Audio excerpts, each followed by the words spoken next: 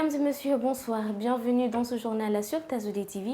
À la une de ce journal, l'échec des négociations entre l'association des élèves et étudiants du Mali et le gouvernement a conduit ce lundi à une grève de 5 jours qui touche les enseignements primaires, secondaires et supérieurs. Les détails dans ce journal.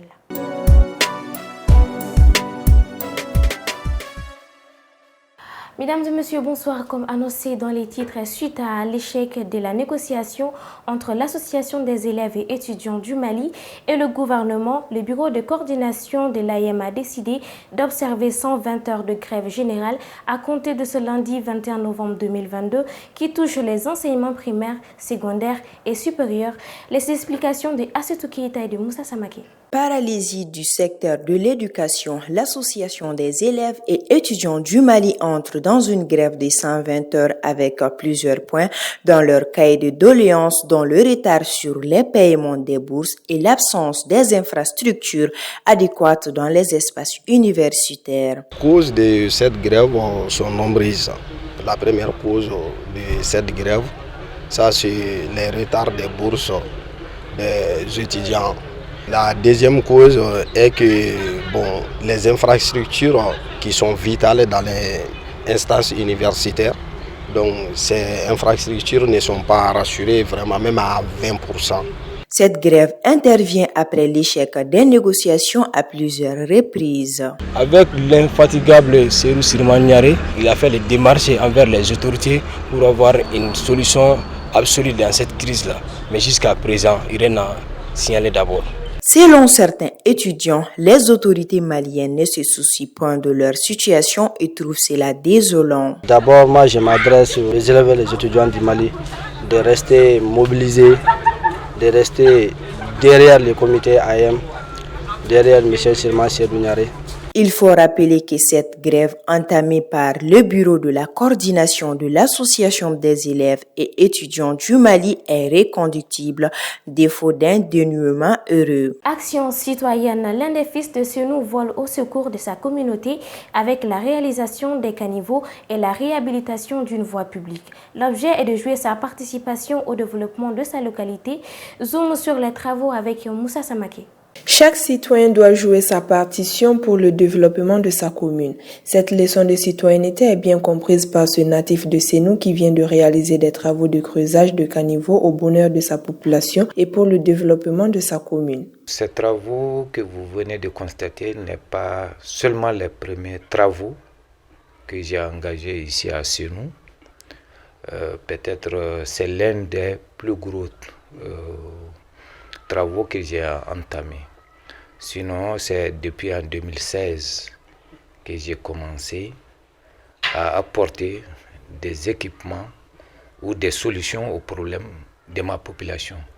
Non, je ne suis pas en collaboration avec les autorités communales, puisque je me suis dit que chacun de nous doit apporter sa contribution au développement.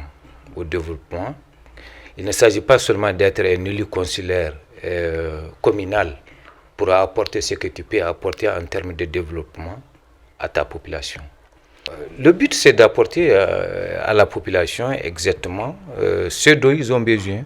Par exemple, vous prenez tout à l'heure les travaux qui viennent d'être engagés tout de suite, c'est juste pour la sécurisation de la population. Cette action de citoyenneté qui vient de réduire d'un de moins les problèmes de la population est saluée à juste titre. Ce que j'ai à dire à la population, c'est de comprendre l'arrivée d'abord de ces travaux-là ici à Senou. L'arrivée de ces travaux-là n'est pas là comme une chose qui va à l'encontre de la population. C'est vraiment dans l'intérêt de la population au lieu d'être conséquence pour la population. M. Touré s'engage toujours à faire ces pareils travaux ici avec honnêteté et la dignité, plus la protection de la population. Nous avons été témoins du début de ces travaux jusque-là. Touré nous appelait pour nous informer du début des travaux. C'est une bonne initiative car va protéger les usagers contre les dangers de la circulation. Certains riverains encouragent le généreux initiateur de ces travaux et lui remercient pour le travail déjà effectué qui soulage la population. Et si les travaux se passent comme prévu, ça mettra les gens à l'abri du danger aux alentours du marché. Au moment où ils ont commencé ce travail, la mairie n'était pas au courant, mais à l'heure actuelle, elle doit être informée. On remercie le bon Dieu et le réalisateur de ces travaux. C'est un homme bien, il nous a avertis avant le début des travaux. Le montant de ces travaux réalisés n'est pas évalué par l'initiateur, mais il confirme que le coût est conséquent. 33e commémoration de la Journée mondiale des droits de l'enfant, célébrée chaque 20 novembre cette année, elle est fêtée au niveau mondial sous le thème de l'inclusion pour chaque enfant et au Mali sous chaque enfant, participation, égalité et droit de l'inclusion. Commentaire à Ouatraoré. Les enfants étaient à l'honneur ce dimanche avec la célébration de la Journée internationale des droits de l'enfant. Au Mali, les cérémonies se sont déroulées à la Cité des enfants avec plus d'une centaine d'enfants, présidée par Madame la ministre de la Promotion de la Femme, de l'Enfant et de la Famille. L'accent est mis sur la participation et l'inclusion de chaque enfant à travers la promotion des expressions éducatives, ludiques, sportives et artistiques.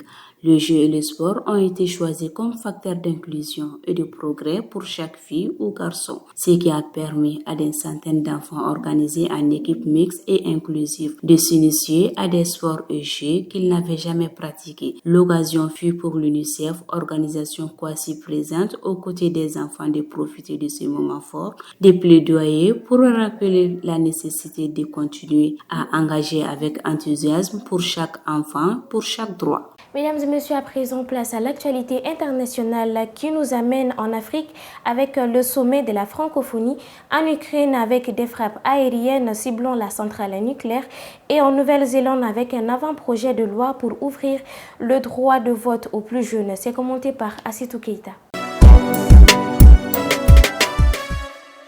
En Ukraine, la centrale nucléaire a été touchée par des frappes samedi et dimanche. Le directeur de l'Agence internationale de l'énergie atomique, Raphaël Grossi, a estimé que les frappes du week-end d'une bonne douzaine de bombes étaient absolument délibérées et ciblées, sans en attribuer la responsabilité aux forces russes ou ukrainiennes. Dans un entretien à la chaîne française BFM TV, il a jugé la situation gravissime, mais assure que les niveaux de radiation sur le site sont restés normaux et aucune victime n'a été signalée. Mais il ajoute que les bombardements répétés sur les sites de la centrale nucléaire ont endommagé des bâtiments, des systèmes et des équipements. Parmi les installations touchées selon l'AIEA se trouve notamment un bâtiment de stockage des déchets radioactifs, les systèmes d'arrosage, des bassins de refroidissement ou encore un câble électrique alimentant l'un des réacteurs.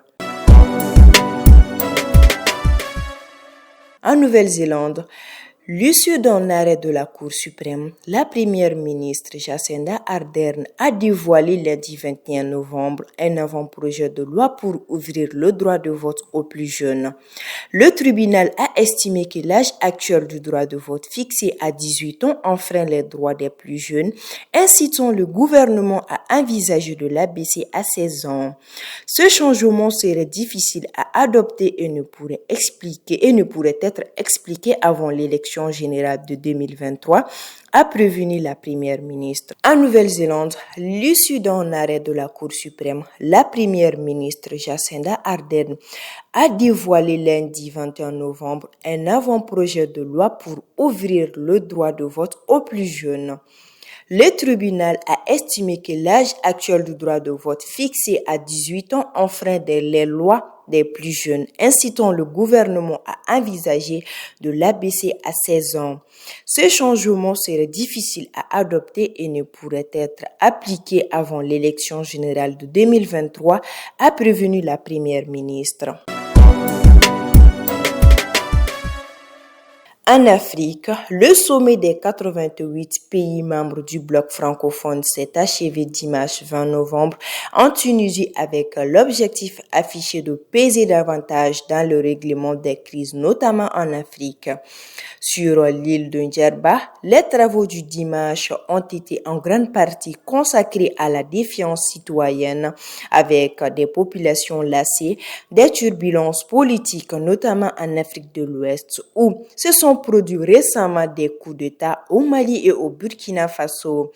Lors d'une conférence de presse en clôture du sommet, la secrétaire générale de l'Organisation internationale de la francophonie, Louise Mouchi-Kiwabo, explique que toutes les zones de conflit ont été sujettées à des longs débats. Elle a également souligné que la francophonie est une organisation qui soutient un catalyseur pour œuvrer à la médiation entre les parties en conflit. Pour finir, elle assure que l'Afrique est en route vers une francophonie de l'avenir modernisée beaucoup plus pertinente. Mesdames et messieurs, à présent, place à la page Connecte ton pays. Le saviez-vous? Le Botswana en forme longue, la République de Botswana. Botswana est limité au sud et au sud-est par l'Afrique du Sud, à l'est par le Zimbabwe, au nord par la Zambie, au nord et à l'est par la Namibie, dirigé par Mokwetsi Masisi. La capitale est Gaborone. Sa superficie totale est de 681 726 km². Le Botswana a pris son indépendance le 30 septembre 1966. Sa population totale est de 2 317 233 habitants avec une densité de 4 habitants par km². Sa monnaie est le pula. Son indicatif téléphonique est plus 267. Sa devise en anglais « Bring on the rain » qui signifie « que tombe la pluie ». Le drapeau de Botswana, couramment appelé en français les trois bandes et en anglais The Three Strip, a été adopté le 30 septembre 1966 et en blason Amwari du Botswana, dont bleu, noir, bleu. Mesdames et messieurs, c'était tout pour ce journal. Merci de l'avoir suivi. À la prochaine. D'ici là, portez-vous bien et bonne suite de programme sur Tazulé TV, la télé autrement.